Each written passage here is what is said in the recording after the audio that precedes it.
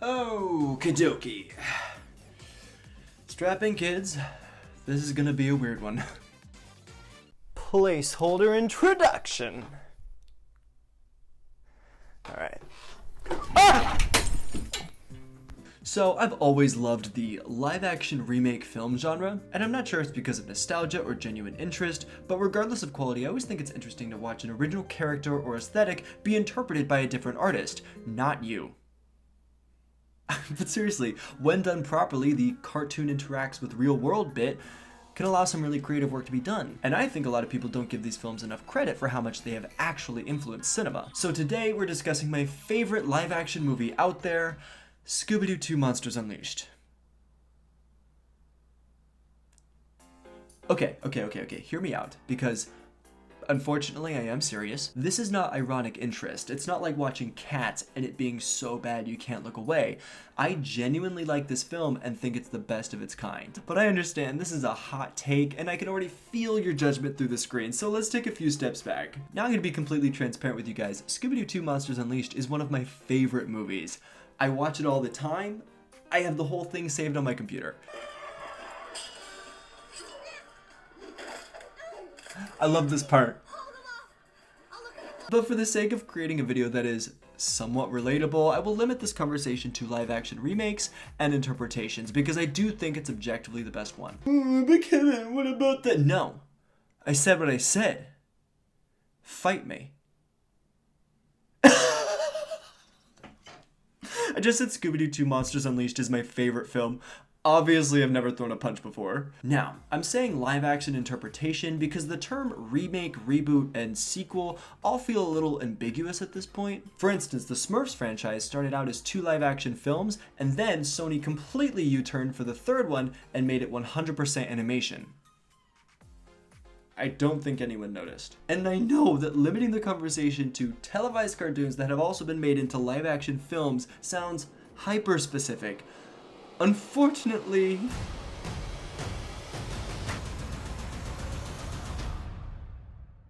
yeah, forgot about those, didn't ya? So without further ado, let's dive into the chaos and glory of Scooby Doo 2 Monsters Unleashed. And we can start with what I think is the hardest thing to pull off with movies like this, which is set design and atmosphere. Monsters Unleashed is the story of the now famous Mystery Incorporated as they once again have to rescue the city from Coolsville from a masked evildoer who is using old costumes from their unmasked foes to create real monsters that terrorize the city. So, usually when you see a movie that's based on a property that's already been animated, the studio structures the movie through what I call the enchanted narrative. And this is when an animated character is transported into the real world and they have to interact with their new surroundings in order to get back home. And although I think this is the laziest form of universe building because it doesn't build any universes, I can understand why the framing is so popular. It's incredibly easy to write, it allows for some cheeky and self-deprecating humor to be made, and the marketing is always very simple because all you have to do is have a trailer where a real life thing meets an animated thing, they stare at each other, and then they kiss. But where Scooby Doo is separate from this is that it all takes place in Coolsville. It's a realistic imagining of what the cartoon would look like in real life. From the mystery machine to the spooky abandoned mines to the green walls in the mansion, the color palette is so reminiscent of classic Scooby Doo, but it still feels very organic and natural. Hey! Everyone part like the Red Sea. Everything except It's this me, scene. Sissy McCreepy, and my brother. I'll talk about it in a second. Just take it down. In the house. It upsets me.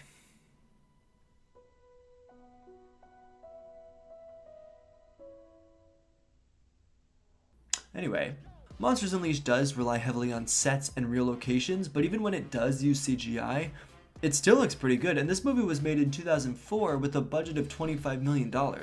Meanwhile, that Smurfs movie was made with 4 times that much. Now going back to what I said about things looking natural. When you're dealing with cartoony atmospheres or physics, it's very hard to make real people look like they fit in these exceptional spaces. I mean, even as a child, when I saw George of the Jungle for the first time, I don't think there was a single scene where I was like, yeah, that seems right. And I get it, it's supposed to be a campy romp, but you do have to ground it somewhere. And Speed Racer has the opposite problem. I love this film. I think it does a really good job representing the cartoon, but there is a clear dissonance between the actors and the CGI. In every scene, you can always tell where the green screen is. This is no longer style over substance. This is style on top of substance, punching it in the face and stealing its lunch money. But Scooby-Doo's not like that. It's more lived in and inviting. Despite being obviously quirky, it still feels quaint and unassuming, just like the cartoon. And obviously, compared to other cartoons, Scooby-Doo is already very realistic, so I'm sure they had an easier time translating all of this to film, but the visual parallels are still there. And while we're on the subject of atmosphere, I have to give extra props to Matthew Lillard, who has the single best relationship with a thing that actually isn't there. Because in every movie where a character is fully CGI, there's always that one scene where an actor's response doesn't feel fully authentic. And don't tell anyone I said this, but Monsters Unleashed has one of these scenes too. But despite that, I have not seen a single moment where Shaggy's eyes do not line up with Scooby-Doo's. It's incredible. He is so good. Here's Lillard talking to an animated Shaggy and Scooby in Looney Tunes Back in Action, which is another live-action remake, and he's doing it better than the actual main cast. How did Looney Tunes earn 56% on Rotten Tomatoes and Scooby-Doo only got 22? It's not that bad. Okay, I need to move on because we have to talk about the soundtrack because it's one of my favorites of all time. Why am I like this? You know what? No, I'm not ashamed. The music in this film fucking slaps. From the beginning of the main titles, the score establishes the tone, it's fun as hell, and it modernizes the Scooby-Doo sound from the 1960s. And that, my friends, is not an easy thing to do. David Newman has always been very good at creating music that sounds like animated whimsy. He did it for Matilda, Ice Age, and even Cat in the Hat, except I'm not gonna sit here and praise the Cat in the Hat because in their trailers, they use the music from Mouse Hunt, and if you've seen my other videos, you'll know that I took that as a personal attack! But my point is that David Newman had to take this, and this, and somehow make that sound fresh and modern. So what we end up getting is this.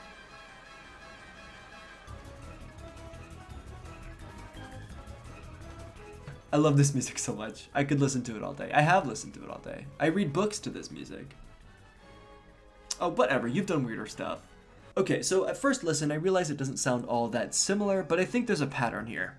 The music in the original cartoon was rather ambiguous. It was kind of all over the place, but there was always this consistent thread of harsh violins or the occasional theremin. But what I've noticed is that Newman replaces those sounds with this faint choir of voices. It happens here,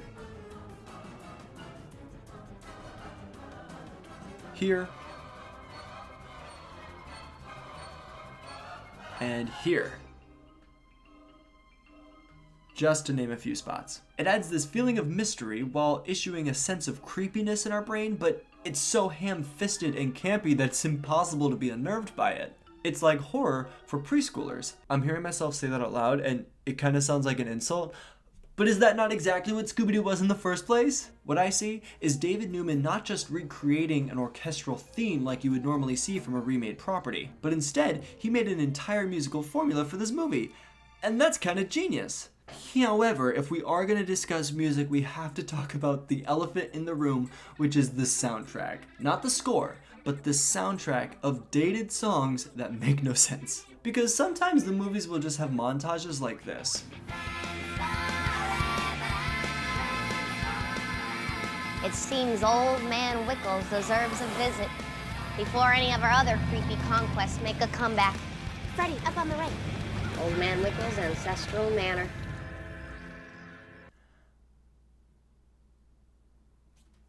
That clip was so short and so pointless that I can use it in this video without any context and not have to worry about a copyright strike. Another example of the music just being there is in my favorite scene, To Skip, where Scooby-Doo leads a dance mob in a tavern with villains from their past. It's so dumb, it's so stupid, but to be fair, it is exactly as effective as this. But that's a low bar. Look, my actual problem with this scene is that when Scooby and Shaggy try to infiltrate this bar with bad guys, they do this. Hey, hey, hey! Everyone part like the Red Sea! It's me, Sissy McCreepy, and my brother S.D. McCrawley. We are in the house and ready to partay! Scooby Doo 2 Monsters Unleashed, I hereby present you with one yike. There you go. Look, not only is it racist to associate that voice and action with criminal activity, which, no, but I also took the time to look through every piece of Scooby-Doo media that came out before 2004, and I only found 2 villains that were people of color. Racism or progress? You tell me in the comments below. I'm kidding, it's just racism. My point is that if they really wanted to fit in with the Scooby-Doo villain archetype, they would have dressed like this. Also, fun fact, something I learned while looking up every episode of Scooby-Doo, did you know there's a character named Hot Dog Water? What fun. That has nothing to do with anything, I just think it's weird. Anyway, that's why I like to skip this scene. Now, back to the reasons why this movie is my favorite of all time. Okay, I hear it. This one's for me. This is mine. I don't know how to transition from this, so... Segue!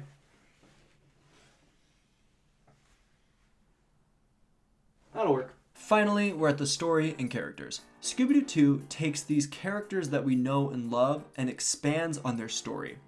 And unfortunately with remakes, that's kind of rare. Generally, the feeling I get towards most remade properties is that they're either completely out of ideas or they're looking to make a quick buck from a franchise that everyone already recognizes. But these live-action Scooby-Doo movies actually bring a lot to the table. And I'm not claiming that Monsters Unleashed did anything profound or unique. I mean, even the Monsters Are Real Now plotline is something they explored in 2 animated movies and was the entire marketing campaign for their first live-action film. What I'm trying to get at here is that the movie utilizes these Scooby-Doo villains not as references to lore, but as legitimate vehicles for the plot and villains that are a part of the story. These characters are treated with authenticity, not like a property. And the cast is incredible. Shaggy and Velma are goofy, fun, and weird. Fred no longer looks like Mike Pence. And Daphne gets to wear a shirt with her face on it. That's so cool. The chemistry between these characters is delightful, and it really shines when they're all together. Plus, this movie has one of the best comebacks in all of cinema. Nice job last night, losers! Quick, we need to think of a comeback. What dorks? Hey! Shut up! There's also an original character named Heather Jasper Howe, and if that's not the most Scooby-Doo name I have ever heard, I don't know what is. I mean, it's better than Hot Dog Water. Oh my gosh, also the name of this movie is perfect. Monsters, being let go, dogs, leashes. It's the second movie in the franchise. And look, I know this movie isn't perfect. The pacing is a little weird sometimes, and Shaggy's jokes only have a 60% success rate. And I also think Scooby-Doo is a little too much of a clown. He's always dressing up or speaking in broken sentences, which I'm not crazy about. But to be fair, after season 3, Scooby-Doo does become more of a Bugs Bunny character. He's putting on costumes. He's beating the shit out of people. But despite all that, I think this is a really appropriate love letter to the legacy of Scooby-Doo, and I think it's a lot more faithful to the material than people give it credit for. For instance, this bit where Scooby-Doo's singing is silly and not very useful, but if you know Scooby-Doo trivia, you'll know that this riff is from Strangers in the Night, a Frank Sinatra song that Scooby-Doo was named after. So yeah, obviously this moment was meant for the little tykes, but I can't help but appreciate it. I know Scooby-Doo doesn't seem like anything special when it's being compared to the other animated classics, but it has aged better than most of them. No, seriously, you go watch Looney Tunes Back in Action and tell me I'm wrong. Okay, so Ellis Mark did this wonderful thing at the end of his video on Scooby-Doo 2. He told his audience to go to IMDb to give the movie a 10 out of 10 score so that its average will be raised. And I think we should do the same exact thing. And seriously, please go watch this movie if you haven't already. It's not going to change your life. I'm just tired of describing it to people who haven't seen it. But anyway, that's all from me. Thank you so much for watching. Like and subscribe if you liked it. And if you didn't, or if you have anything mean to say, hey, shut up.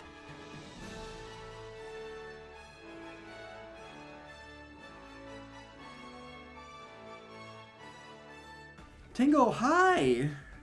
How are you? No! As a kid, I always thought it was weird that they made a dog's entire character trait that he was just hungry all the time. But then I got my own dog and it started to make sense. I love him so much!